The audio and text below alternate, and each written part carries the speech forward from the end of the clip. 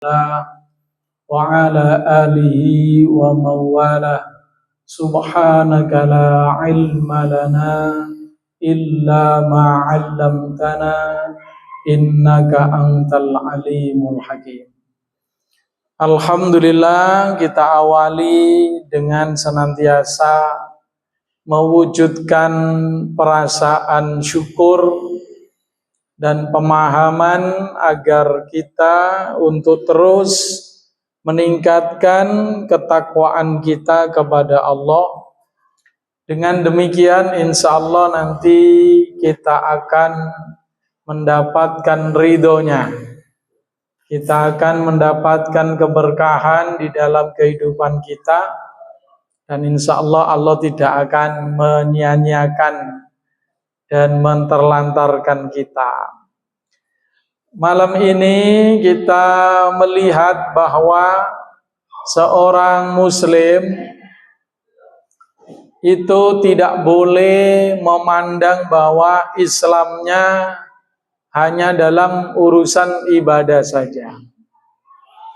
Ketika kemudian bicara tentang pemerintahan, tentang bisnis, tentang ekonomi, kemudian dianggap itu urusan dunia.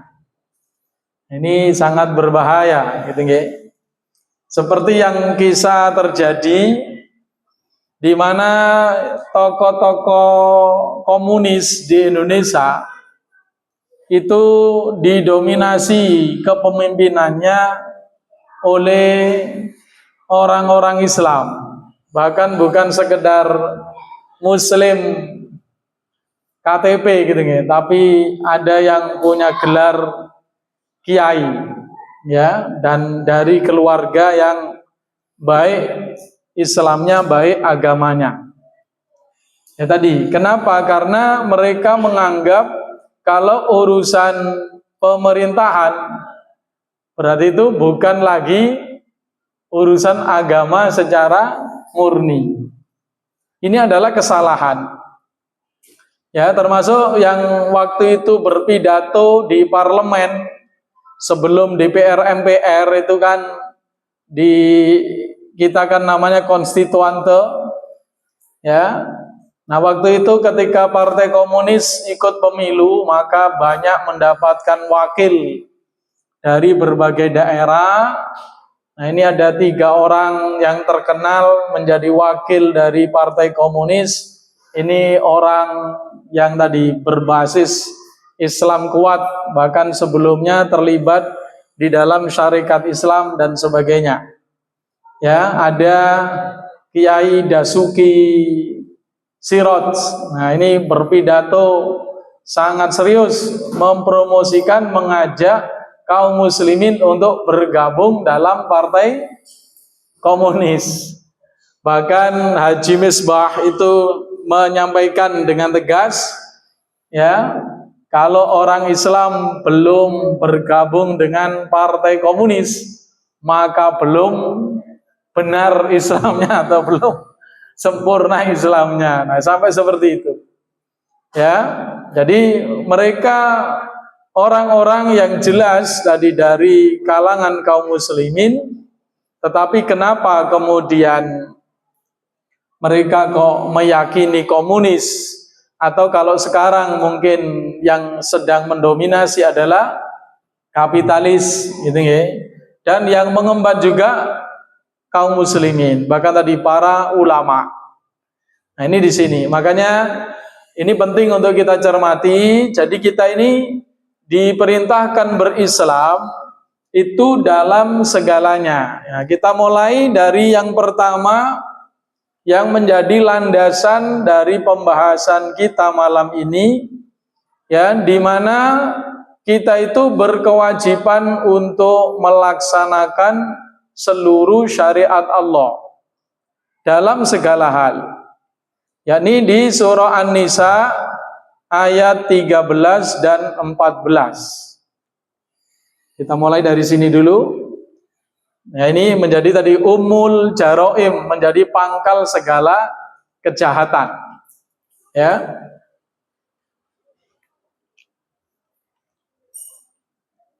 Dan nanti semua pengadilan kita itu ini pedoman utamanya. Jadi Allah sampaikan ayat 13 dan 14 ya. A'udzu billahi minasyaitonir rajim.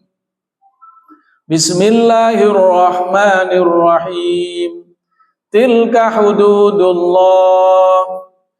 Wa man yuti'illaha wa rasulahu yudkhilhu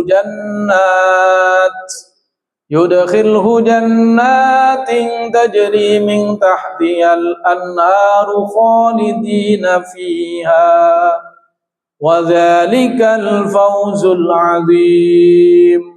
Wa man ya'sillaha wa rasulahu wa yata'adda hududahu yudkhilhu naran khalidan fiha wa lahu 'adzabun muhin. Tilka hududullah. Inilah batasan-batasan hukum Allah.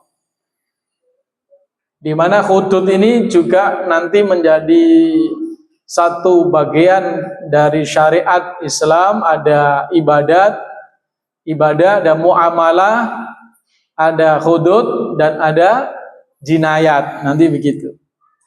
Ya. Jadi hudud ini walaupun tadi secara terjemah itu batasan-batasan. Ya. Tapi nanti maknanya bisa spesifik pada aturan-aturan Allah, terutama berkenaan dengan kriminal, kemasyarakatan dan pemerintahan. Begitu. Jadi ini adalah batasan hukum Allah. Sudah Allah turunkan semua. Makanya di surah An-Nisa ini nanti isinya banyak dosa-dosa besar gitu. Banyak dosa-dosa besar. Nah, kemudian yang menjadi pemahaman pokok yang Allah inginkan, wa may yuti'illaha wa rasulah, maka siapa saja yang mentaati Allah dan Rasulnya dalam hukum-hukum syariat ini, yudkhilhu jannat, pasti Allah memasukkannya ke dalam surga. Tajri min tahtihal anhar, yang mengalir sungai-sungai di bawah istana-istana mereka. Khalidina fiha, mereka kekal di dalamnya selamanya. Jadi orang masuk surga dengan kekal itu disebabkan apa? Mentaati hukum-hukum yang telah Allah turunkan. Wa dzalikal fawzul 'adzim, dan itu adalah kesuksesan yang besar. Sebaliknya, wa may ya'sillaha wa rasulah, siapa saja yang durhaka kepada Allah dan Rasulnya. Jadi kebalikannya. Wa yata'adda hududahu, dan melanggar batasan-batasan hukum tadi yang sudah Allah tentukan. Melanggar hudud. Yudkhilhu naron, maka Allah masukkan mereka ke dalam neraka. Khalidan fiha, sama kondisinya, kekal di dalamnya. Nah, kalau sudah kekal di dalam neraka, Pak, ini urusannya bukan lagi dosa besar. Urusannya ini sudah bukan lagi seorang muslim. Karena orang Islam nggak akan di neraka selamanya. Nah, ini nanti pengadilan yang akan kita terima itu, ya ini modal dasarnya atau prinsip dasarnya. Makanya kita amal boleh, jangan ngomong, usahaku ikhlas, aku gak ngereken swarga, gak ngereken rokok, pokoknya aku ikhlas. Silakan jenengan ikhlas, tapi nopo dilihat dulu sesuai apa tidak dengan ketentuan mekanisme syariat Allah. Kalau nggak sesuai, yang percuma ikhlas. Ini syarat pertama dulu, baru kalau sudah sesuai, maka syarat kedua dilaksanakan ikhlas karena Allah. Nah, ini cara memandangnya, gitu nggih. Jadi di sini makanya saya mau menyampaikan 2 poin saja. Ya, dalam masalah tadi itu, ketika kita melaksanakan tadi sebuah pemerintahan, maka yang harus disadari, dipandang oleh kaum muslimin supaya tidak menjadi dosa besar, yakni apa? Harus didasarkan, dilandaskan bahwa pemerintahan itu untuk menjalankan syariat Allah, bukan untuk menjalankan yang lain. Makanya yang disepakati para ulama, para sahabat sesudah meninggalnya Rasul, itu adalah kepemimpinan untuk meneruskan tugas Rasul melaksanakan agama secara sempurna. Jadi begitu yang disepakati itu, Pak.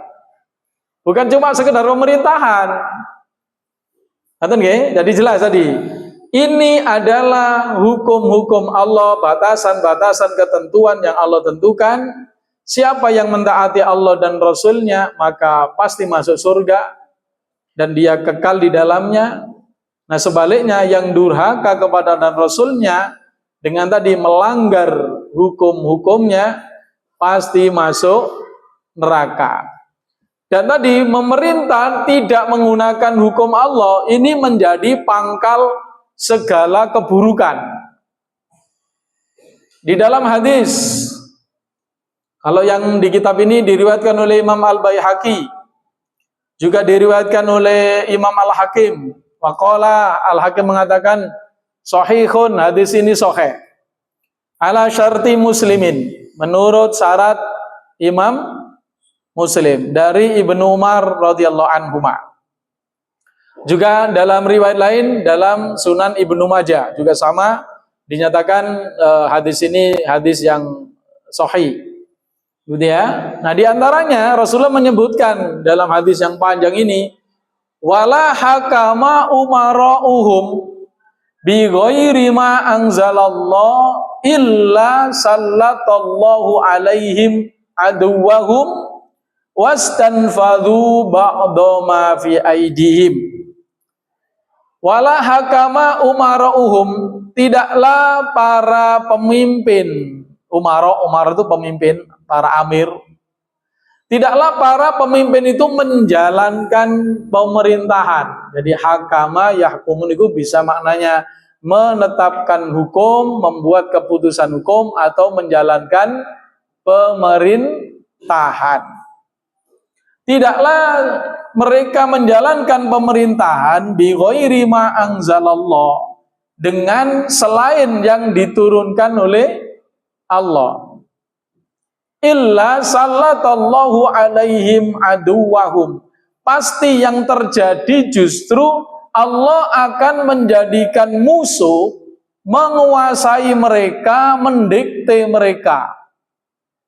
Jadi orang Islam ketika para pemimpinnya tidak mau tadi menggunakan kitab Allah dan sunnah Rasulnya, tidak lagi menggunakan syariat Allah, maka yang terjadi pasti musuh yang akan berkuasa mengatur segalanya, atau dalam bahasa yang lebih tepat, yang lebih jelas, niku dijajah. Makanya munculnya sejarah penjajahan, termasuk yang kita alami di Nusantara, baik oleh Belanda, Inggris, Spanyol, Portugis, dan lain-lain. Maka penjajahan yang terjadi bahkan di seluruh dunia Islam itu ketika kekuasaan Islam sudah runtuh dan beralihlah dengan kekuasaan kapitalis demokrasi yang meninggalkan syariat Islam. Itu seperti itu. Jadi sesuai hadis yang di sini, setiap kali terjadi pemerintahan yang dilandaskan pada selain hukum Allah, yang terjadi pasti penjajahan. Jadi kalau ada penguasa itu di bawah tadi salato itu diktator.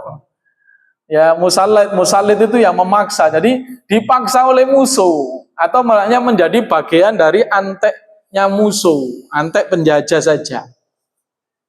Jadi seperti ini, Pak, ini sudah disampaikan di dalam hadis. Nah, kita tinggal meyakini ataukah tidak. Nah, di sini, ngoten nggih. Jadi yang terjadi begitu, makanya kita nih mau usaha apa ya, nek jari wong Jawa nyungsang jempali, ndas digawe sikil, sikil digawe ndas, awan gawe bengi, bengi gawe, kan gitu perumpamaan orang Jawa. Mau diperjuangkan kaya apapun, ya Pertamina pasti bangkrut. Kenapa ya? Karena korupsi, hanya gitu. Karena pemimpin-pemimpin itu hanya anteknya penjajah, mereka itu hanya bermental penjajah. Sama seperti tuannya. Itu begitu sudah. Dan sudah sampaikan, pasti sifatnya dikte, masyarakat nanti yang dikekang. Jadi Salato itu diktator, mendikte, mengekang. Bukan berdasarkan tadi itu kebersamaan untuk kebaikan bersama. Bahkan Allah tambahkan wastanfadu ba'do ma fi aidikum. Dipastikan mereka akan merampas sebagian besar harta yang sudah ada di tanganmu. Betul kan? Terjadi kan? Ya. Jadi masyarakat itu menerima penghasilan, maka sebagian besarnya dirampok dengan tadi itu. Termasuk akhir-akhir ini harga-harga semakin mahal apapun. Ya, termasuk harga sembako, bahan pokok, telur, bawang itu terus meroket, ya. Terus BBM juga begitu, Pak. Mereka sudah merekayasa macam-macam, tapi kok nggak untung? Ya karena ini sudah diprediksi oleh bahwa mereka itu bukan untuk masyarakat, tapi untuk penjajah. Itu sudah jelas. Bahkan yang menghebohkan berita terbaru, Norwegia saja sampai mundur dari pengelolaan tambang nikel di Halmahera. Alasannya salah satunya, walaupun mereka tidak terus terang banyak alasan yang disampaikan, tapi diantaranya yang tadi itu bahwa kerusakan yang ditimbulkan ini sudah di luar kewajaran sudah. Bayangkan Pak, sing menjajah saja sampai takut. Nah kita ini yang dikenai sanksi, yang akan kena resiko. Nanti kalau terjadi apa-apa di sana ke depannya itu ya yang menderita ya kita. Nah gitu ya. Jadi jelas kata Allah, mereka merampas kekayaanmu, bahkan tadi harta yang kita terima dengan kerja susah payah dipajak, mulai tadi pajak pertama penghasilan, begitu kita bayaran langsung kena pajak.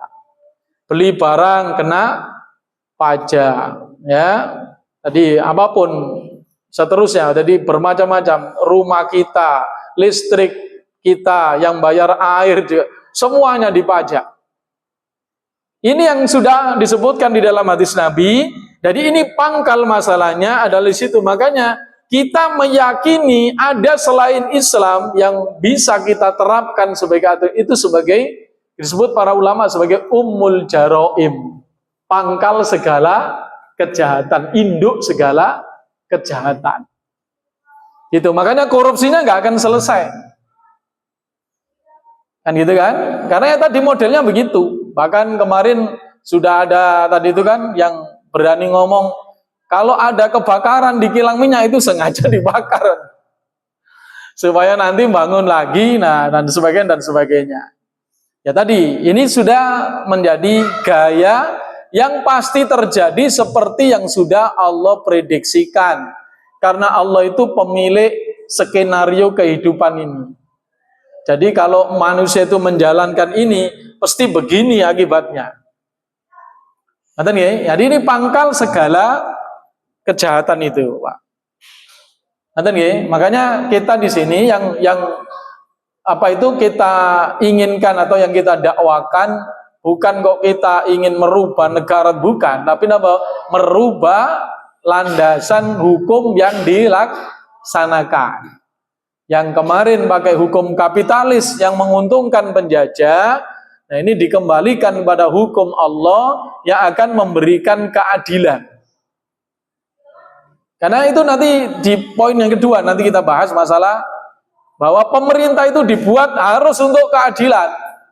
Kalau tidak ada keadilan, nggak ada kesejahteraan, berarti nggak ada pemerintahan gitu. Nggak ada, yang ada kejahatan gitu. Karena fungsi pemerintahan itu begitu. Nah, tapi kita mulai dari sini dulu. Jadi yang pertama apa? Kewajiban meyakini, menerima dan menggunakan syariat Allah. Diteruskan dalam lanjutan hadis, wa ma at-talu kitaballah. Nah, kalau sudah poin yang ini dilakukan, mereka menjalankan kekuasaan bukan berdasarkan syariat Allah, berarti mereka telah at-talu kitaballah. Atol itu saya lebih senang menerjemahkan menjadikan Al-Quran dan Sunnah Nabi sebagai pengangguran. Kalau atol itu diterjemah nganggur, kan juga enak, maksud menganggurkan. Tidak memakai, di depan tadi sudah ada kan? Pemerintah bigoiri, ya, itu sudah tidak memakai. Makanya yang lebih jelas supaya tergambar, menjadikan Al-Quran dan hadis syariat Allah ini sebagai pengangguran, supaya ada gambaran gitu loh ya. Jadi misalnya ada orang pinter ahli apa ya, misalnya dia ahli pesawat terbang, yang kemarin terjadi misalnya kan, Indonesia ini kan tidak punya hak untuk membuat pesawat. Nah, orang yang punya keahlian begitu kok dijadikan pengangguran. Nah, gitu loh, gambarannya gitu, Pak.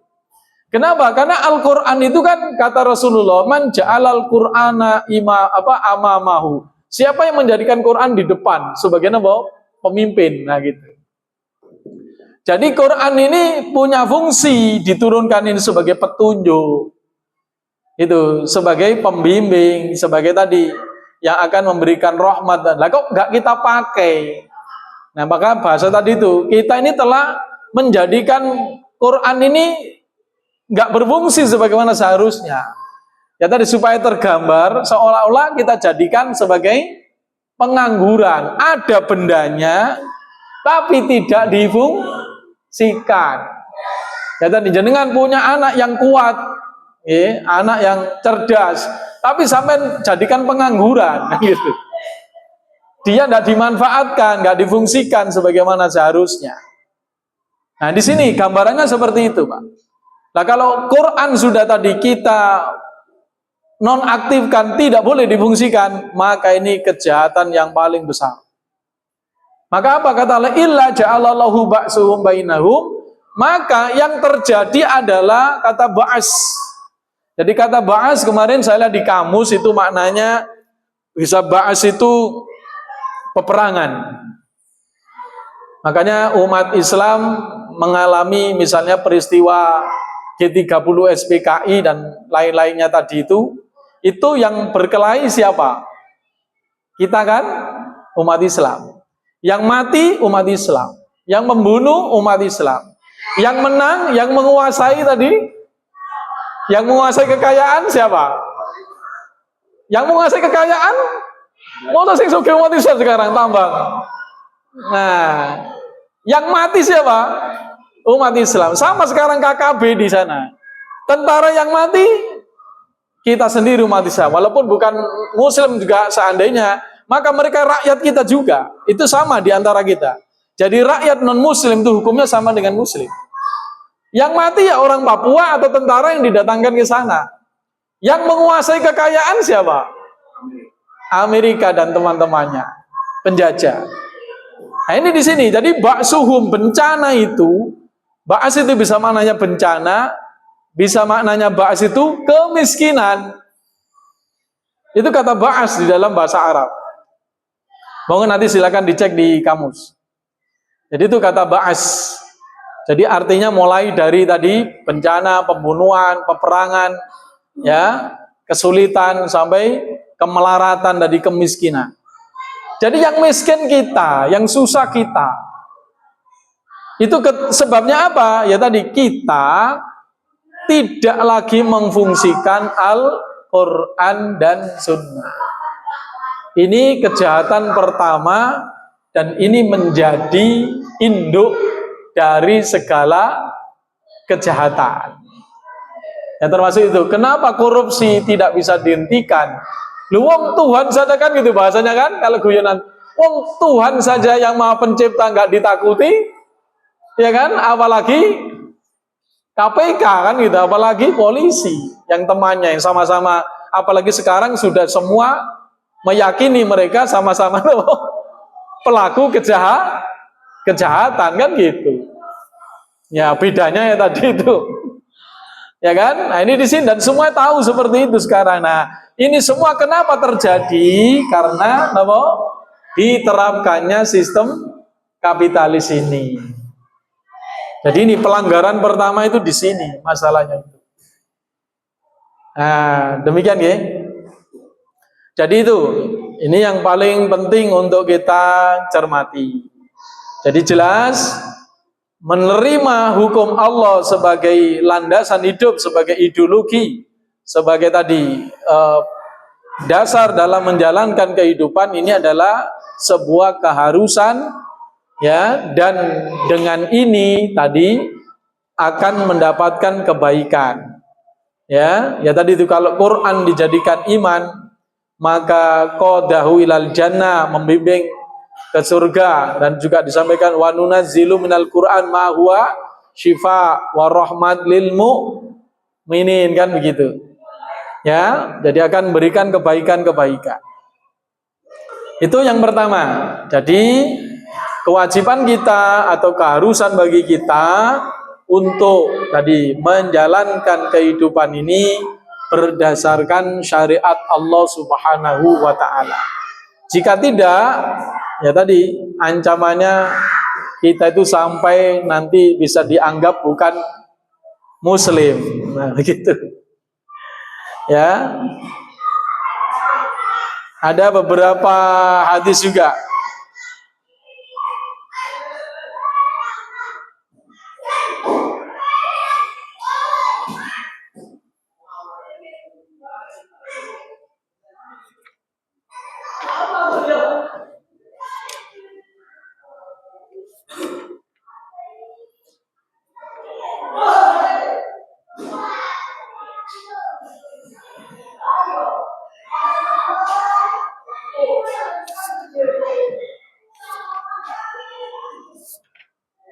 Jadi sampai kalau kita tidak itu syahadatnya, sholatnya itu bisa tidak diterima. Ada tadi saya temukan hadisnya.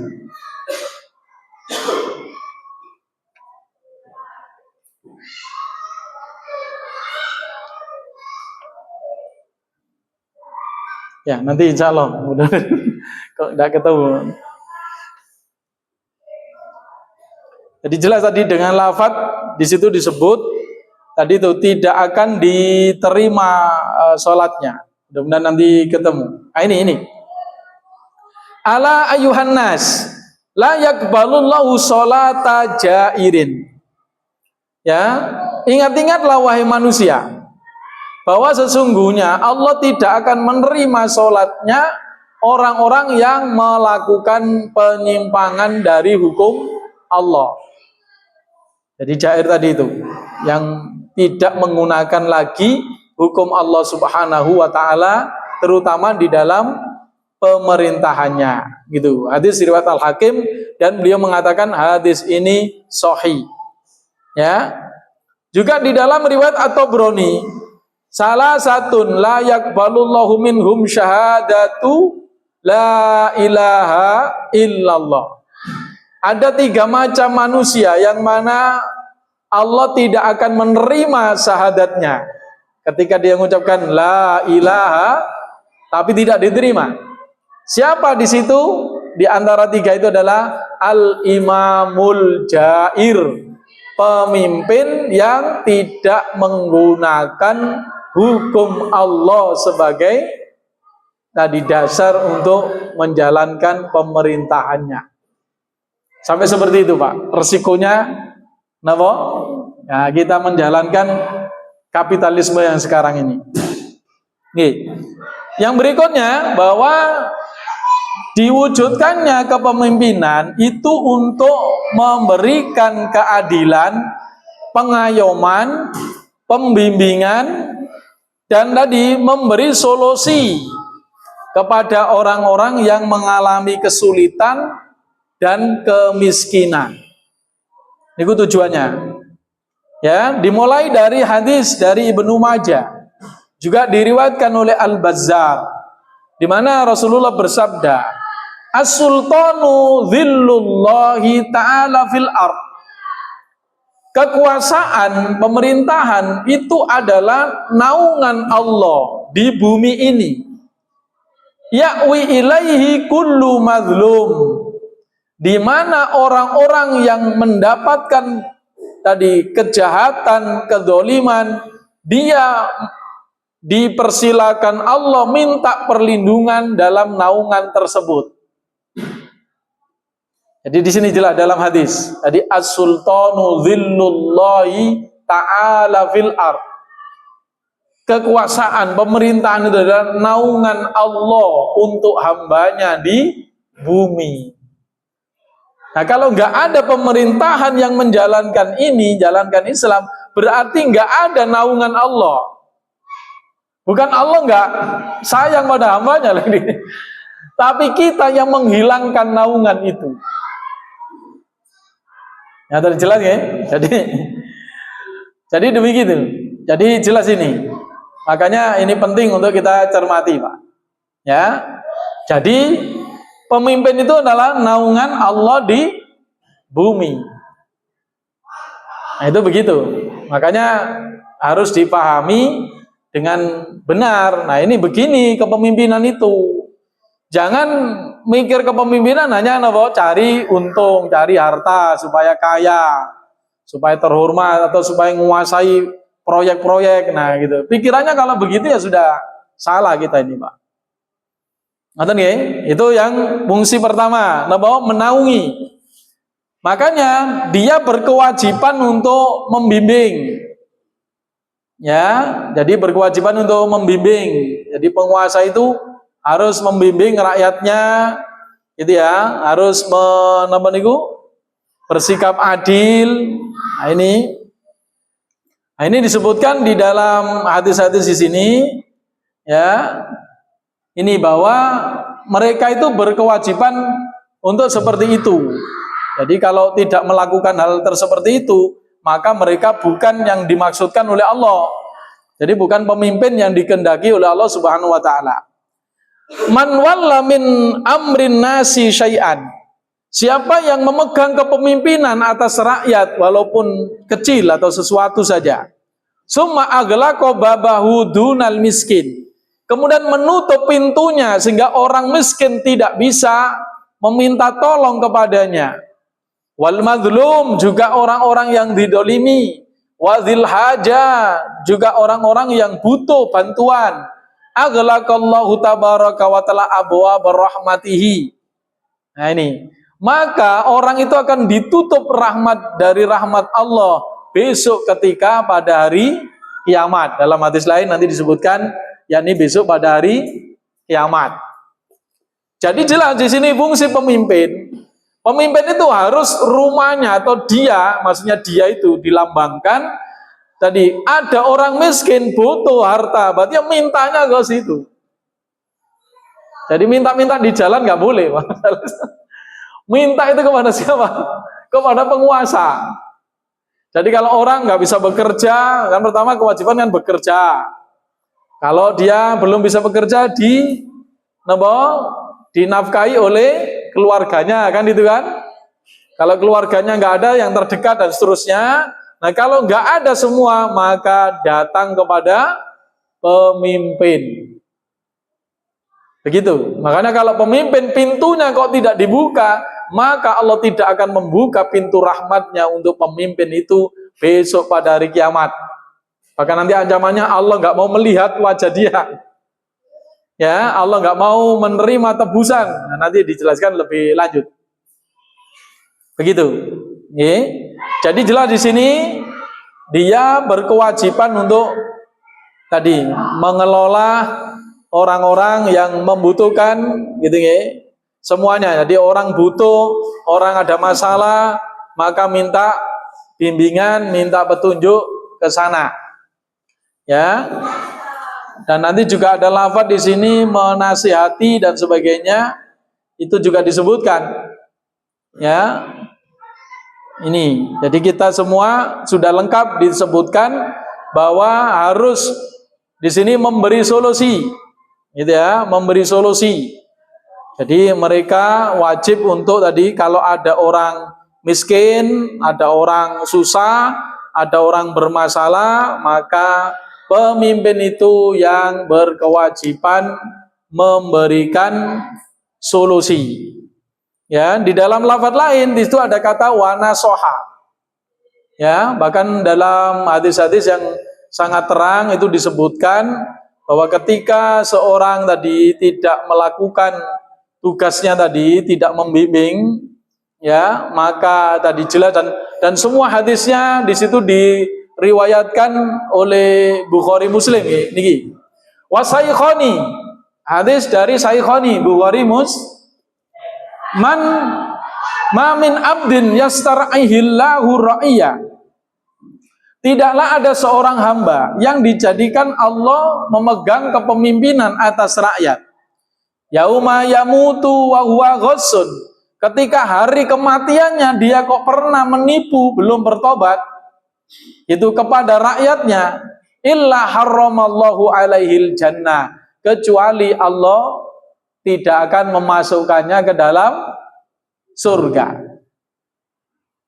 Dan dalam riwayat lain dalam Sahih Bukhari, falam yakhitha bin nasiha atau bin nasoha, ya, lam yarih raihatal jannah.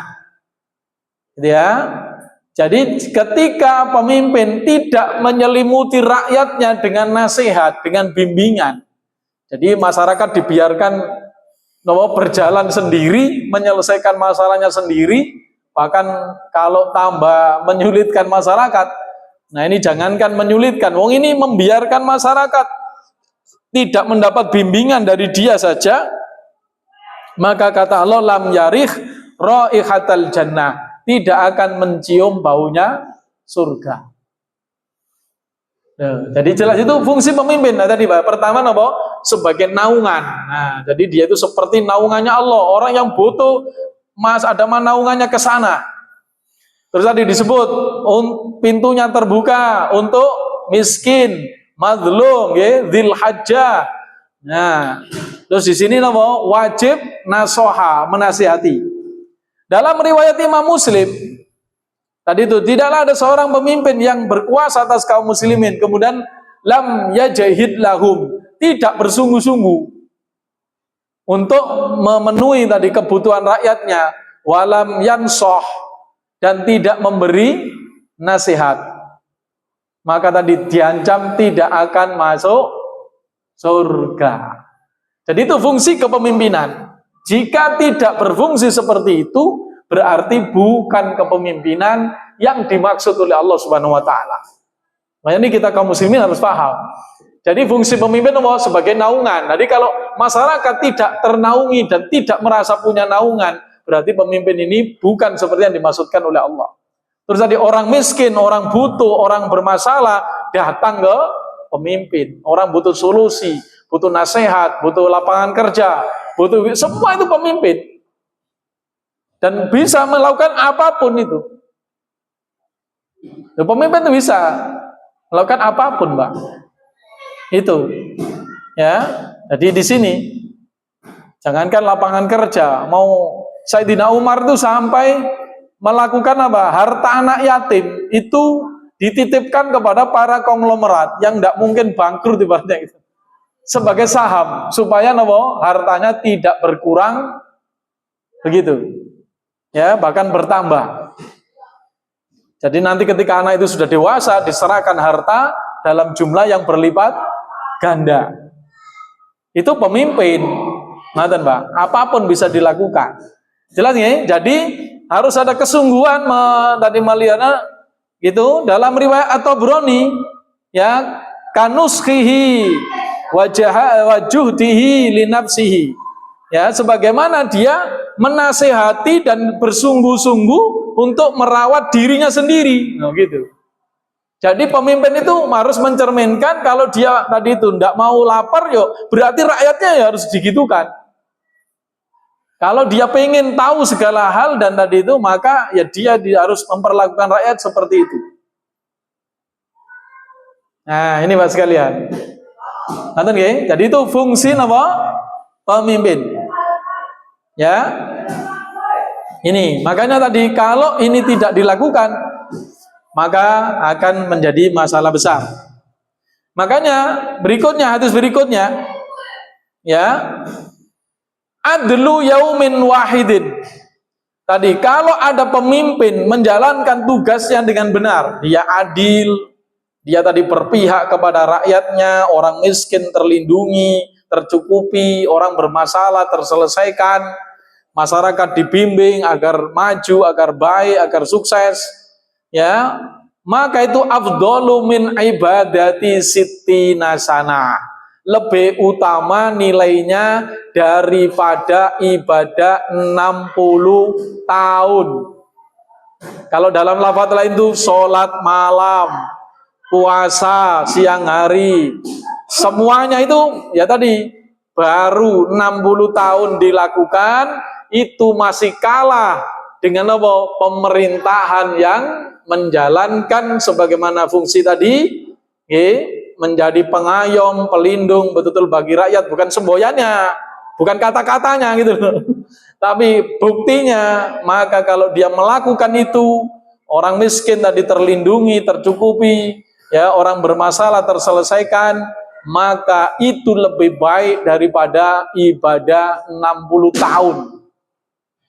Jadi seandainya kita ini gak ada yang maksiat, terus ngumpul ya tadi tiap malam ibadah, tiap siang namo sholat, balik tiap siang namo puasa, tiap malam ibadah, sholat, maka masih kalah pahalanya dengan apa? 1 jam. Saat itu kan 1 jam. Nanti dalam hadis lain yauman tadi 1 hari. Nah, jadi gitu. Jadi dalam hadisnya ada 2 macam. Jadi saatan, ya, atau tadi yauman. Itu dalam lafadz hadisnya.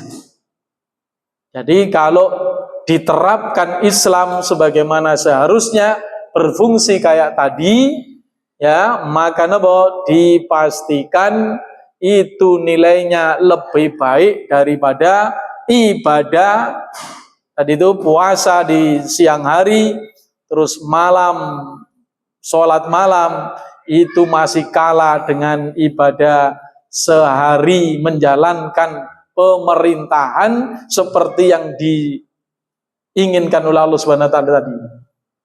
Jadi seperti itu. Itu ya, makanya kalau adil maka menjadi orang yang paling dekat kedudukannya di sisi Allah.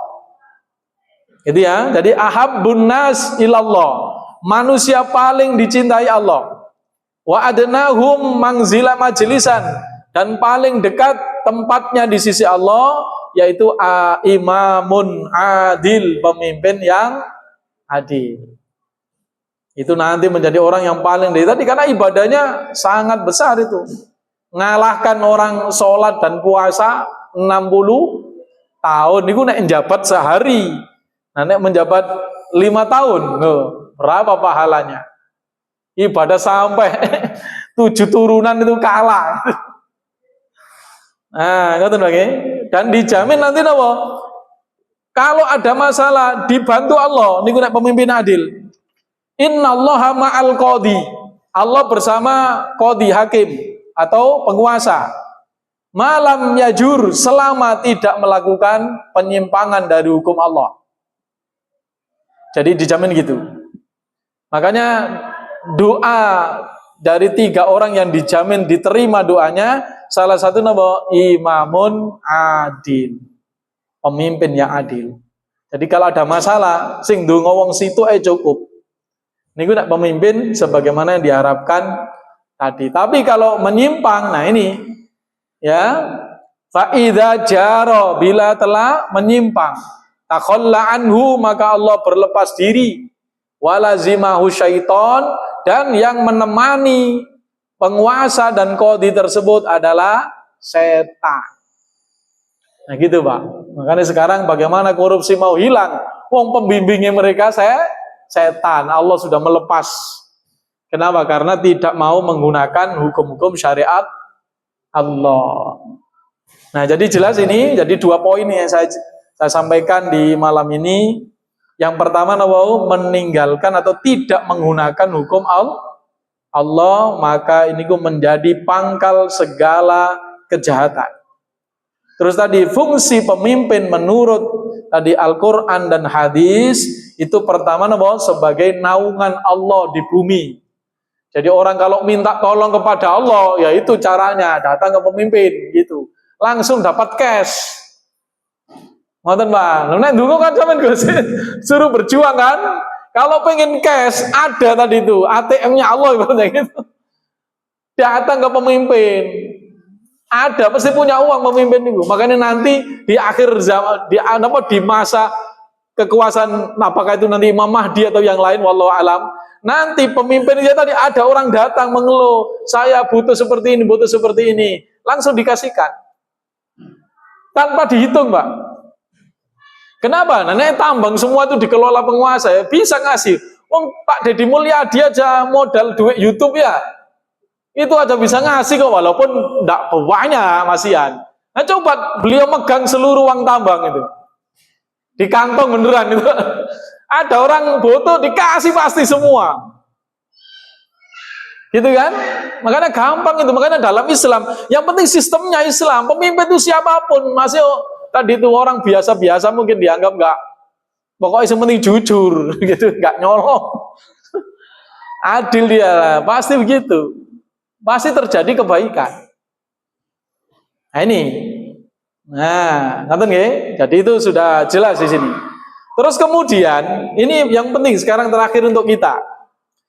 Ketika ada pemimpin yang seperti ini sekarang ini sistem kapitalis ini, maka dosanya tidak hanya untuk para pemimpin. Makanya kita ini harus melakukan dakwah, harus melakukan penyadaran, pencerahan bersama, tobat bersama gitu. Ya, ini hadis ya juga dari Ibnu Hibban dan juga banyak hadis yang lain termasuk di Sahih Muslim dan sebagainya. Ya. Beliau bersabda, "Satakunu umara." Ya, akan ada para pemimpin man dakhala alaihim fa'anahum ala dzulmihim. Maksudnya akan muncul pemimpin yang buruk pada masa hidup umatku ini, termasuk sekarang ini. Ya, ada pemimpin yang tadi tidak menggunakan syariat Allah. Maka siapa yang datang kepada mereka fa'anahum ala dzulmihim, lalu membantu bekerja sama untuk menjalankan kedzaliman ini, wasaddaqahum bikadzibihim, lalu kalau mereka bohong-bohong pun dibenarkan, tetap didukung saja, falaisa minni walastu minhu, maka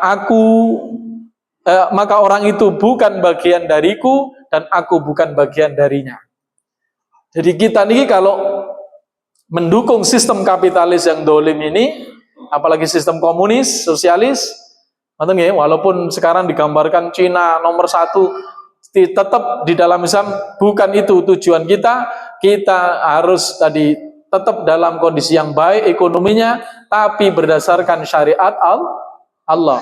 Kalau kita tadi mendukung sistem dolim ini, ya maka tadi kita bisa tidak diakui sebagai umat Rasulullah SAW. Wala yarudda alaihil haud, dan dia tidak bisa ya wala yarida alal haud, dan dia tidak bisa datang ke telagaku. Jadi ini nggak bisa ketemu Rasul. Itu walam yadkhul alaihim, ya walam yu'inhum ala zulmihim, tapi siapa yang tidak masuk atau tidak datang kepada mereka dan tidak menolong mereka dalam kedzaliman sistem kufur ini, maka fahuwa minni, dia bagian dari diriku, wa ana minhu, dan aku bagian dari dirinya, wa sayaridal haud, dan dia akan datang ke telagaku besok, akan bertemu denganku di sana. Karena kita itu ditunggu Rasul di sana.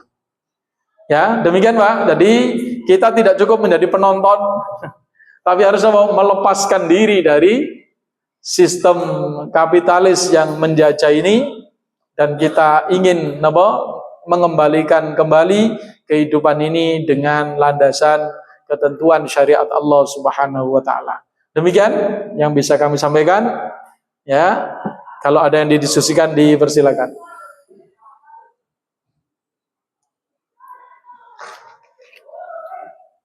Subhanallah, penyampaian dari Ustaz Abdul Aziz, pengertian-pengertian tentang bagaimana struktur dalam pemerintahan dan bagaimana menjalankan pemerintahan dengan baik sesuai perintah-perintah Allah dan Rasulnya. Dan sedikit tambahan,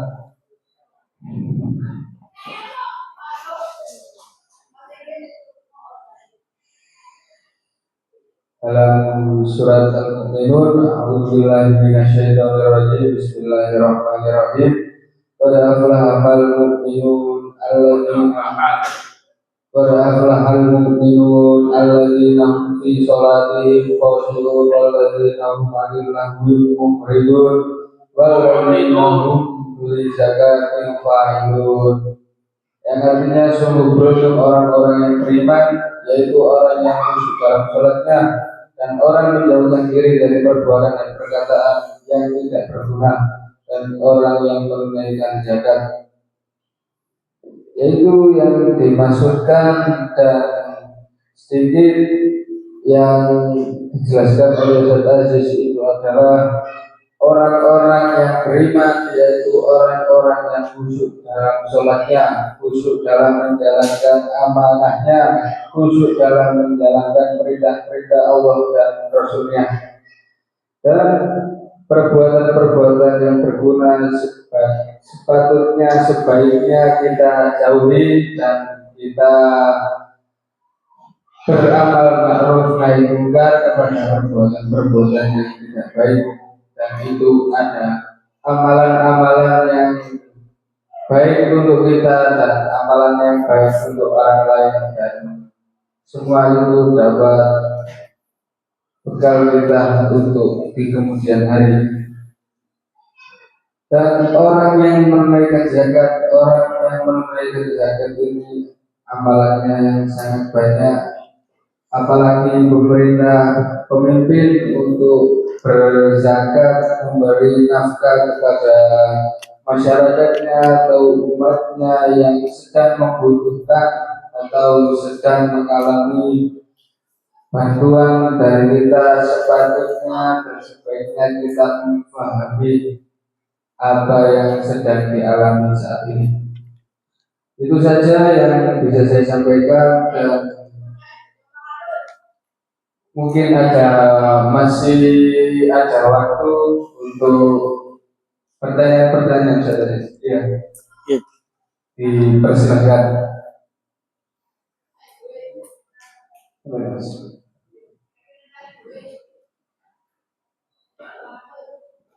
Assalamualaikum warahmatullahi wabarakatuh.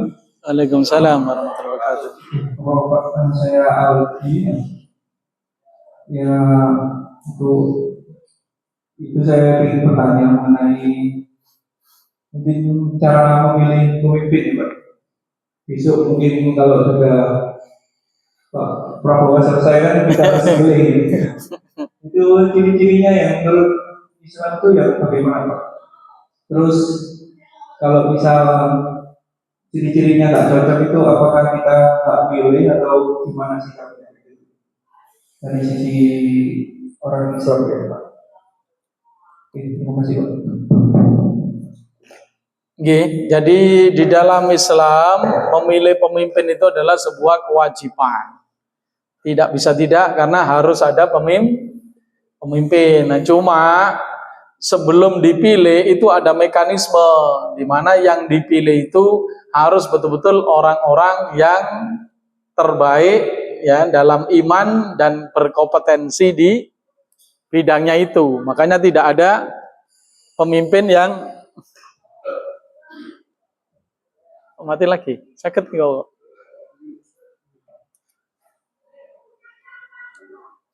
Tidak ada pemimpin yang kemudian datang tiba-tiba. Jadi dalam Islam itu gitu. Jadi orangnya harus sudah dikenal, pernah menjalankan tadi itu pemerintahan, ibaratnya gitu. Ya, makanya pasti profesionalisme ya dari junior ke Senior mesti begitu nanti. Ya, tidak seperti kapitalis ini. Pokoknya orang datang ujuk-ujuk, bahkan anak kemarin sore, ya kan? Bahkan pekerjaannya cuma main game, main Tamiya, terus jadi wakil presiden kan itu. Nah, ini kan ya sangat tidak sesuai dengan akal sehat gitu. Ya, jadi seperti itu dulu, Pak. Jadi kalau orangnya tadi nggak dijamin kebaikannya, kejujurannya, keadaan sebagainya, terus tidak dijamin tidak bisa dipilih. Jadi itu bedanya. Jadi kalau dalam Islam yang disediakan itu bukan kucing, makanya dalam demokrasi sampai-sampai ada perumpamaan bahwa memilih kucing dalam karung, wis sing dipilih kucing. Bukan milih pemimpin, milih kucing gitu. Jadi yang disediakan oleh partai itu kucing gitu loh. Ya, makanya sering mencuri ikan. Nah, nyuri ikan tuh gak apa-apa, ini masalah bukan nyuri ikan ini ya. Nah, menghabiskan kekayaan negara, makan rakyat ini. Ini. Jadi beda sekali di situ. Makanya kalau kita tanya menurut Islam, ya mekanismenya dulu terus dipilih tadi untuk menerapkan syariat Allah. Kalau tidak untuk itu, berarti tadi kalau untuk itu hukumnya wajib, kalau tidak untuk itu berarti ya tidak wajib begitu. Tapi tetap hukumnya wajib aslinya. Tapi yang diwajibkan itu yang begitu tadi. Nah, kalau memilih koruptor boleh enggak? Milih koruptor boleh enggak? Enggak boleh kan? Jadi kan memilih pemimpin untuk korupsi. Dan sekarang pemimpin apa dijamin enggak korupsi? Pasti korupsi kan? Berarti jenengan itu memilih koruptor sebenarnya. Loh, kalau jujur begitu, makanya kita bahasa ilmiah itu begitu. Pokoknya jenengan memilih pemimpin di sistem kapitalis, ya untuk begitu fungsinya. Seperti hadis tadi, fungsinya itu penjajah supaya menguasai kita. Mereka merampok kekayaan, nah begitu. Itu sudah sesuai hadisnya. Nah, memilih yang seperti itu tidak boleh dalam Islam. Makanya bukan milih pemimpin yang nggak boleh itu. Memilih pemimpin hukumnya memilih tadi itu perampok, koruptor itu nggak boleh. Gitu ya. Jadi pembahasannya harus jelas. Makanya kalau milih pemimpin hukumnya apa? Wajib. Kalau milih tadi itu orang yang akan menghabisi kekayaan kita dan membuat penjajah menguasai kita, maka hukumnya tidak boleh. Ngoten pembahasannya. Jangan memilih pemimpin haram, salah. Salah bahasa. Memilih pemimpin hukumnya memilih orang untuk mengkorupsi harta negara, untuk mencekik rakyat, itu hukumnya haram. Nah begitu. Nah sekarang faktanya mereka itu pemimpin apa tadi menyulitkan rakyat gitu loh. Ya buktinya kan setelah terpilih ya tadi yang terjadi kan sudah ya tadi kan sampai minta uang beras saja 12 juta nih. 12 juta untuk belanja beras saja tuh, untuk pulsanya saja 7 juta. Padahal sudah disediakan wifi di kantor. Ya kan? Belum nanti mobil dinas dan sebagainya loh. Itu nanti tiap sidang dapat lagi, tiap bulan dapat gaji loh. Itu apakah bukan mencekik rakyat namanya itu? Apalagi nanti kekayaan mereka kuasai ordernya, mereka kuasai proyeknya loh. Dan jelas itu bagi-bagi itu. Makanya memilih kapitalis ya gitu. Nanti bahasanya yang memilih kapitalisme, maka hukumnya haram. Makanya nanti kita harus real. Yang kita pilih itu apa? Kapitalis, apakah kepemimpinan gitu. Menurut kalau memilih kepemimpinan berarti hukumnya wajib. Kalau memilih kapital yang membantu penjajah, yang akan korupsi, yang akan menguasai proyek-proyek, yang akan menjual aset-aset dan sebagainya, nah maka itu tidak diperbolehkan. Tapi tadi gunakan bahasa yang tepat. Jangan dicampur aduk. Memilih pemimpin, gua akhirnya ini kok satu haram, satu wajib tuh karan gitu. Jadi kalau dalam Islam memilih pemimpin hukumnya apa? Wajib. Tapi tadi pemimpin yang betul-betul pemimpin, bukan yang tadi itu indikasinya nanti dipastikan korupsi. Terus kebijakannya untuk memuluskan asing.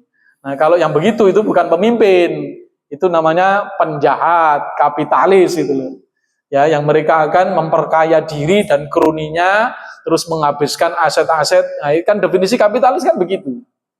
Kapitalis itu pokoknya kan orang-orang yang memang mentalnya ya itu yang dipikir. Mau merusak lingkungan, apa sepenting pokoknya dapat. Itu kapitalis kan begitu definisinya. Ya, nah itu demikian. ya, atau nama wale liberal gitu. Apalagi makanya tadi walaupun Cina itu maju ekonomi kayaknya, tapi sama kan mereka termasuk sekarang apa niku kaum homo itu kan termasuk Cina niku penyumbang terbesar. Makanya kemarin ada artis Cina yang mati itu kan itu akhirnya di YouTube banyak orang nampilkan, oh iya, kenapa setiap tadi itu selebritis Cina yang laki-laki kalau di depan umum kalau mau duduk susah. Nah ternyata gitu karena mereka itu homo, selalu hubungan pakai dubur. Nah begitu, makanya duburnya pada sakit semua. Itu begitu. Iya, makanya di situ ada mak-mak itu ngomong, kita aja perempuan. Tadi itu kalau suaminya lagi sakit semua kok. Nah ini malah laki-laki apalagi pesta-pestaan ya mereka lo kan gitu Pak. Ya, makanya sampai mereka kesulitan duduk itu dan itu semuanya rata-rata loh. Mau apa kita mau pola hidup seperti itu di mana Allah janji kalau amalan kaum Lut ya kan dilakukan maka Allah akan membinasakan. Nah, begitu. Makanya di sini kita tadi harus clear memilih pemimpin hukumnya wajib. Tapi tadi kriterianya harus jelas. Nah, tapi kalau memilih ini mau kucing atau memilih tikus apalagi yang akan menggerogoti negara, maka hukumnya haram. Ada. Oke, demikian. Yang lain jika masih ada, Mas Ujib. Mungkin yang lain ada tambahan.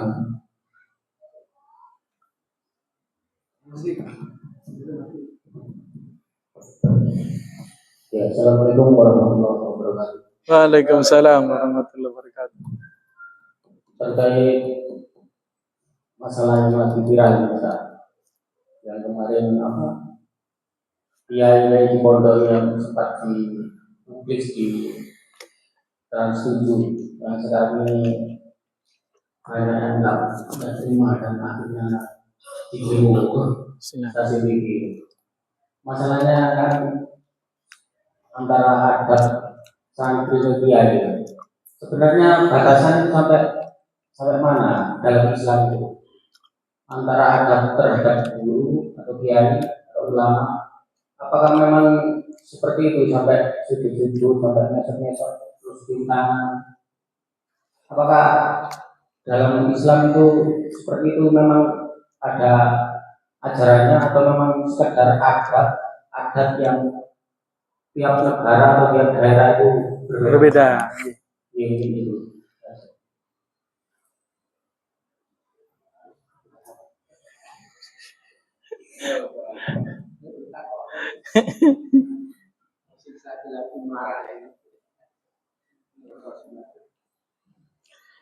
Jadi berkenaan dengan ada begini, makanya kan ini kesalahannya Trans 7 itu kan langsung divonis itu adalah perbudakan atau eksploitasi atau penyimpangan dan sebagainya.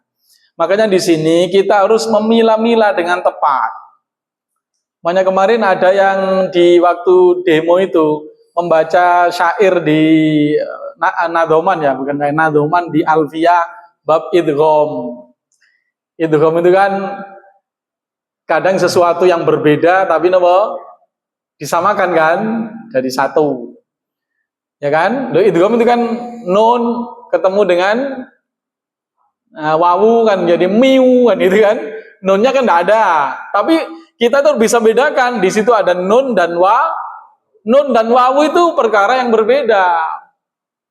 Jangan karena didengar loh, bacanya kok miwaroihim. Loh kok dibaca wawu gitu loh. Nah, padahal nun. Itu maksudnya begitu. Maksudnya begini, kita itu harus jeli bahwa tadi perkara itu kalau berbeda ya jangan disamakan. Begitu. Ya, maksudnya ini harus diperjelas. Makanya tadi itu kalau mengkritik sebenarnya boleh saja. Tapi mestinya jangan memvonis kan begitu. Apalagi langsung praktek di sini. Nah, di sini begini, ya, memang di pesantren Jawa, sekali lagi, di pesantren Jawa, di situ ada adab. Adab itu tata krama. Nah, di dalam Islam, adab itu memang bukan hukum. Adab itu akhlak, bukan apa? Hukum. Jadi hukumnya menghormati guru wajib. Batasan menghormati apa? Pokoknya jangan kurang ajar, jangan tidak sopan, gitu aja. Nah, terus bagaimana batasannya? Nah, itu di situ. Kalau batasan hukum, ya hanya bagaimana pokoknya tidak menunjukkan sikap yang tidak sopan atau kurang ajar. Nah, mengenai kesopanan, ini tadi masing-masing daerah punya adat sendiri. Jadi kalau memang secara adat di situ dianggap memang kesopanan, ya nggak masalah. Gitu. Dan memang di Jawa dulu begitu. Kalau sama raja itu jalannya yang ngesot. Itu adat itu, dan itu sama orang tua juga gitu. Nah, kemudian kiai, dan termasuk kiai-kiai kita kan juga berdarah ningrat kan, makanya banyak kan pakai gelar raden kan gitu. Kan begitu dulu itu, karena memang juga para dai dulu itu kan supaya dakwanya kuat, menikahnya ya dengan orang-orang ningrat gitu kan, supaya dakwanya menjadi kuat kan begitu. Nah, jadi di sini makanya tadi kita harus bisa memandang dengan jernih. Jadi kalau dari tinjauan hukum, batasannya apa? Ya tadi hukum tidak boleh melakukan perbuatan yang kurang ajar atau tidak sopan. Nah, batasannya ya tadi bisa abstrak, bisa tadi sesuai daerahnya masing-masing. Begitu. Kalau cium tangan itu ya ada di sana, tapi orang kalau di Timur Tengah malah bukan cium tangan, cium batuk gitu. Iya, dicium batuknya itu. Ya, jadi walaupun kepada guru itu seperti itu, jadi muridnya itu mencium. Ada begitu memang dari berbagai tadi itu. Nah, itu apakah bagian dari kesunahan langsung? Nah, nanti kita tentunya harus meneliti kembali ya. Jadi kalau salaman memang itu ada di masa Nabi itu ada. Ya orang tadi itu, tapi tadi tidak menjadi standar. Begini maksud saya, kalau kita telusuri dalam hadis, ada sahabat itu mencium kaki Rasul ada, tapi tidak menjadi kebiasaan. Ya tadi karena orang-orang tertentu saja, tapi Sayyidina Abu Bakar, Umar enggak, bahkan Nabi pun tidak menyuruh. Kenapa? Karena ya sama-sama, wong ini mertua ya malahan. Abu Bakar kan mertuanya, mertua suruh kan gitu ya, tetap makanya beliau sama, makanya di sini jelas, jadi perlu dipilah mana hukum dan mana adab. Nah, kalau hukum berarti harus semua sama. Kalau adab ya serahkan pada orang, jangan mencela yang tidak melakukan selama dia tidak bersikap tidak yang melakukan juga tadi harus dengan benar, jangan karena tadi itu. Makanya di situ sekali lagi abstrak dan sama-sama harus koreksi diri. Tetap banyak memang kritik. Bahkan saya pernah ketemu seorang ustadz di daerah sini, Menganti sini. Beliau dulu mondok di Surabaya. Beliau tuh buat tulisan catatan, ya dianggap memori harian waktu di mondok. Itu diserahkan sama Gusnya, karena Gus itu sik konco gitu loh, sik seumur dengan beliau. Nah iso Gus, nduk pondok ojo ngini. Ya tadi jangan berlebihan dalam memanfaatkan adab tadi itu. Sehingga santri kongon ngumbah baju, santri kongon ngepel, santri kongon. Nah. Tapi tadi beliau tidak melarang, maksudnya tidak. Ini kan memandang dengan jernih namanya. Gus, ojo berlebihan dalam ini catatan saya selama saya jadi santri, hal seperti ini kok kayaknya kurang. Dan Gusnya pun, iya, saya terima usulannya. Memang saya juga merasa tidak nyaman, begitu. Makanya kalau kiai beneran ya nggak nyaman juga kalau dia berlebihan juga mensikapinya. Begitu. Makanya di sini berarti apa sama-sama. Nah, kesalahan transsuju kan memvonis masalahnya itu. Kalau menyampaikan masukan kayak teman kita tadi, ya kayak Ustadz tadi boleh, bagus saja. Menurut kami ini perlu diperbaiki atau perlu diperjelas kan begitu. Jangan sampai tadi idgham, nah, selalu idgham gitu. Makanya dalam Ibnu Malik itu dikatakan idgham itu kalau dibutuhkan yo dimasukkan, kalau dimasukkan malah tadi gak jelas artinya, maka harus harus apa? Bukan diidharkan ibaratnya gitu. Lawannya idgham kan idhar. Gitu. Jadi di dalam huruf itu begitu. Jadi kalau diidghamkan malah maknanya berubah atau serupa kata lain, maka harus diizharkan. Nyambung mboten, nek nyambung ya apa-apa. Jadi intinya di sini ya tadi jangan menyalahkan yang melakukan, tapi tadi yang melakukan juga tidak boleh berlebihan. Menurut Islam karena hukumnya nggak harus seperti itu. Jadi tadi itu batasan silakan mau jalan tadi itu. Dan bagus saja itu. Pokoknya murid kita termasuk jangan guru saja. Orang tua kita juga seperti itu. Kalau melakukan itu kepada guru berarti harus juga kepada orang tua. Nek liwat ngarepe bapak nih kudu ngesot. Tapi nek hanya pada kiai itu namanya bukan adab. Itu pelekase gitu. Itu nanti keyakinannya sudah keliru. Loh begitu memang, harus begitu mestinya. Kepada orang tua itu ya begitu.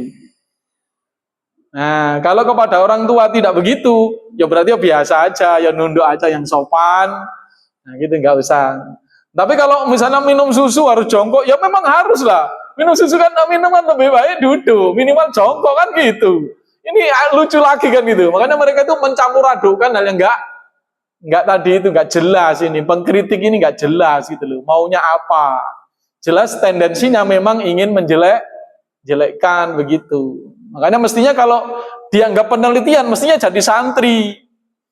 Atau pertimbangan ke santri, mana yang tadi itu. Atau ngajak santri yang mengkritik, kan gitu. Ya, nah ini, makanya ini kan penting untuk kita cermati. Jadi jelas emang itu ada kesengajaan untuk menjelek-jelekkan. Kalau saya pribadi tetap nggak setuju sama sekali. Dan itu memang yang terlihat itu menjelek-jelekkan. Bukan mengkritik atau bukan memberi masukan. Kalau memang memberi masukan ya mestinya datang baik-baik gitu terus bawa tadi kayak teman kayak tadi itu Ustaz tadi itu beliau bikin catatan selama begitu beliau sudah mengabdi sudah lama sudah jadi Ustaz sekarang terus yang jadi kiai sudah ganti ya tadi temannya Gusnya maka dikasihkan catatan beliau Gus saya ada masukan ini tolong nanti di pondok itu perbaiki. Saya bukan tidak setuju adab, tapi apa? Tidak boleh terjadi yang berlebihan dan diterima dengan baik dan Gusnya mengamalkannya, mesti dilakukan itu. Nah tadi misalnya nek podo santri ini masih situ anak kiai ojo diumbano, nah begitu. Bahkan beliau ngomong gak iso ngumbah, aku sing ngumbah loh gitu. Gusi apa kiainya gitu. Mesti nanti minta tolong ke saya. Itu tapi nek ono sing sukarela mencucikan tanpa ada tekanan maka itu yo gak apa-apa wong ngumbano koncone oleh teman-teman boleh kan berarti ngumbano anak iki yo lebih boleh lagi supaya tadi itu yo konco ya tapi sing diumbano yo ojo berlebih terus ngongkon terus ya kan gitu sama aja walaupun bukan anak iki nek ngongkonan kancane yo padha ae kan gitu kan makanya itu jangan berlaku untuk anak kiai saja atau untuk kiai saya ngongkonan yo padha ae. Iku jenenge perbudak. Nah gitu sama aja kadang orang-orang kaya lebih banyak melakukan itu daripada tadi kiai. Ya kan? Orang kaya karena saenake dhewe nenek karyawan. Bayarannya pancet, penggaweane ditambahin. Nah itu gitu. Ada. Ya, jadi kalau kita memandang kalau saya pribadi mengajak ya tadi harus kita clearkan, jangan apa disamakan. Mengkritik boleh, itu tapi lakukan dulu penelitian, ngoten mestinya. Ilmiah. Oh, ini yang masih boleh, ini yang berlebihan, nah gitu. Ya, tapi kalau cuma ngecor, ya enggak apa-apa, mungkin awal tambah seneng. Loh, santri tambah seneng ngomong ngecor, makanya dihukum tambah seneng dihukum. Gak belajar. Mereka tuh lebih seneng ngecor daripada ngaji lho santri sampean dhewe yang ngono dadi santri yakin. Tajikin modho ae ngono piye. Kedapat Mas ngono. Dikon makmulkan ngono. Waya ngaji kin niku dikon makmulkan mesti ngono. Niku wis sifate santri ngono lho. Makane kudu ono penelitian nek tahu dadi santri baru bisa ngomong ngono gitu lho. Jangan semua dianggap di semuanya disamakan. Memang sebagian ada yang berlebihan ada gitu loh. Ya. Nah, begini, kalau hukum aslinya memang begini. Zaman dulu santri itu ada dua macam, makanya jangan salah paham dulu. Santri itu ada dua, ada yang membayar, ada yang tidak mampu Nah, Pak Kiai itu santri nanti yang nggak mau bayar tetap mondok, ayo ikut saya. Nah, zaman dulu yo gak ono bayaran, memang kiai ini dewi gak ono bayari. Orang mondok dulu cuma nopo mangan dewi gitu aja, Pak. Bayari kiai itu nggak ada. Jadi bayar itu mesti untuk biaya makan sendiri, ngeliwet dewi. Itu zaman asli pesantren zaman lama gitu loh. Termasuk guru saya pribadi yang beliau cerita itu begitu. Saya dulu Kang Ajis mondok niku karena ya tadi saya anak pertama, orang tua belum punya, anaknya banyak, saya sepenting mondok. Ya tadi tugas beliau ya tadi. Jadi mondok itu ya kalau di waktu di Lirboyo ya ke sawah. Jadi di luar jam belajar ke sawah. Dapat apa? Dapat makan saja. Terus karena ngambil air belum ada sanyu zaman dulu, ya mikul santri itu untuk mandinya sendiri, untuk mandi keluarga Pak Yai gitu. Dan itu ya memang semua gitu. Di desa-desa juga gitu, orang-orang kaya juga begitu zaman dulu. Makanya jangan koyo induk pesantren gitu. Oh sama dulu mbak saya itu cerita waktu saya pertama nikah itu, Mbak Bien mondok ya nih nak jenenge. Tapi mondok itu bukan ke pesantren.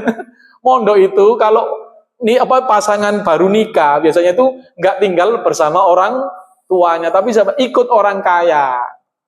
Ikut orang kaya lapo ya ngerawat sawah gitu loh, ngerawat ternak begitu. Nah itu disebut mondok. Jadi suami istri ngelola hartanya orang, nanti dikasih makan minimal itu ya tadi. Atau kalau orangnya baik nanti bisa bagi hasil dari hasil ternak dan hasil pertanian itu. Begitu. Ya tadi dulu begitu. Nah tugasnya tadi di kota, waktu di sana, nah waktu beliau mondok di mana itu Sitosermo, Indersemo, karena kota sudah nggak ada sawah, nggak ke sawah beliau. Tugasnya tiap hari mengisi air. Nah, itu begitu. Makanya beliau tahu ketika tadi itu kan di pondok itu sering dianggap Gus itu jari ini gak adik ngaji langsung pin. Nah, salah satu Gus di Dersemo itu memang dulu begitu. Nek siang itu mau motor trail, nya pergi jalan-jalan cakarepe gitu. Nanti pulang jam sekian ini. Nah gitu. Jadi sama bapaknya dibiarkan. Kenapa? Karena pulang itu langsung ngaji sama bapaknya. Jadi gitu. Sing rosopo ya kumang santri dalem, santri yang memang tinggalnya di rumah kiai bukan di asrama. Makanya guru saya tahu. Jadi jam 11 itu Gus tadi itu setelah pulang gini nih sudah makan atau apa, mandi, nanti jam 11 sudah ngaji sama bapaknya sampai subuh, sampai sholat. Tiap hari ngoten niku. Makanya bapaknya mati tadi kiai dan iso sing jari santri sing gak ro, karena jam santri kan wis turu, santri kok pegelen. Jam 11 malam apalagi dulu oblek kan gitu. Nah, itu gitu. Makanya beliau tahu betul nggak ono Kang Ajis tadi itu wong pinter gak belajar ndak ada. Termasuk tadi beliau tahu sendiri Gusnya itu ngoten kuat, makanya kuat meleke karena ya ngoten mau. Bayangkan jam 11 Pak start sampai nanti subuh tiap hari. Ngoten. Nah nek wis jam-jam 09.00 siang ya kumang belakra. Sama bapaknya dijarno. Dan belakra itu bermasyarakat dan itu menguntungkan, dia kenal sana ya kan gitu Pak. Dan dia punya nama kan gitu. Nah, ngono, kenal pengusaha, kenal begitu, kenal arek terminal malah akhirnya ya bagus. Jadi sisi itu gitu, kalau dijalani dengan benar gitu loh. Itu seperti itu. Nah, ngoten. Jadi demikian niku. Nek kuat ngono ya. Ya, ngoten nggih. Jadi memang santri dulu ada yang begitu, ada yang memang ngawulo. Jadi bahasanya napa? Ngawulo. Jadi beliau memang ditanggung oleh kiai semuanya. Ngoten, dan tadi ya disuruh mijeti barang ya nih. Nah, ngoten. Nah, itu gitu, memang ya gitu. Dan itu kan biasa namanya tinggal sekeluarga, ya kan? Nah, itu biasa aja maksudnya itu. Nah, tapi naik berlebihan sampai misalnya ya tadi kiai keluargae pitu, terus santri di situ kon mijeti wong pitu, nah itu gak bener kan itu kan. Tapi nek santri ini telu mijeti kiai situ kan yo pantes kan itu kan mosok santri telu mijeti kiai situ kabotan. Itu seperti itu. Dan pijet-pijetan itu ya biasa. Makanya kiai yang baik ya juga dipijeti loh, bener. Kiai Ridwan Yasin dulu cerita itu. Beliau ditugaskan sama kiainya ke Jakarta. Dulu belum ada telepon, pulang itu beliau sengaja sekitar berapa kilo dari masih puluhan kilo dari nomor itu. Beliau padahal bawa uang banyak tapi mboten ngojek, jalan kaki. Jadi pulang ke pondok itu setelah ditugaskan ke Jakarta sekian bulan. Itu beliau cerita. Ya, jalan kaki punya dari sekitar 5 kiloan lah jalan kaki. Nah, seingat saya begitu cerita beliau, almarhum Kiai Ridwan Yasin itu. Nah, setelah sampai di pondok, Pak Yai sudah di depan pintu nyambut. Jadi kok roh gitu loh, teko. Di Kiai dulu begitu. Nah, so, ayo masuk gitu. Masuk apa pertama? Setelah dikasih makan dipijeti sama Kiai. Lu ngono, jadi Kiai itu. Jadi sama-sama gitu. Jadi ini bukan hal yang bukan hal yang aneh ya biasa aja gitu. Nah, demikian. Terus tadi kiai yo gak mijeti terus, aku bang mosok santri ngawulo narek papat, mijeti kiai situ. Terus kiai ini mijeti kabeh. Oh yo.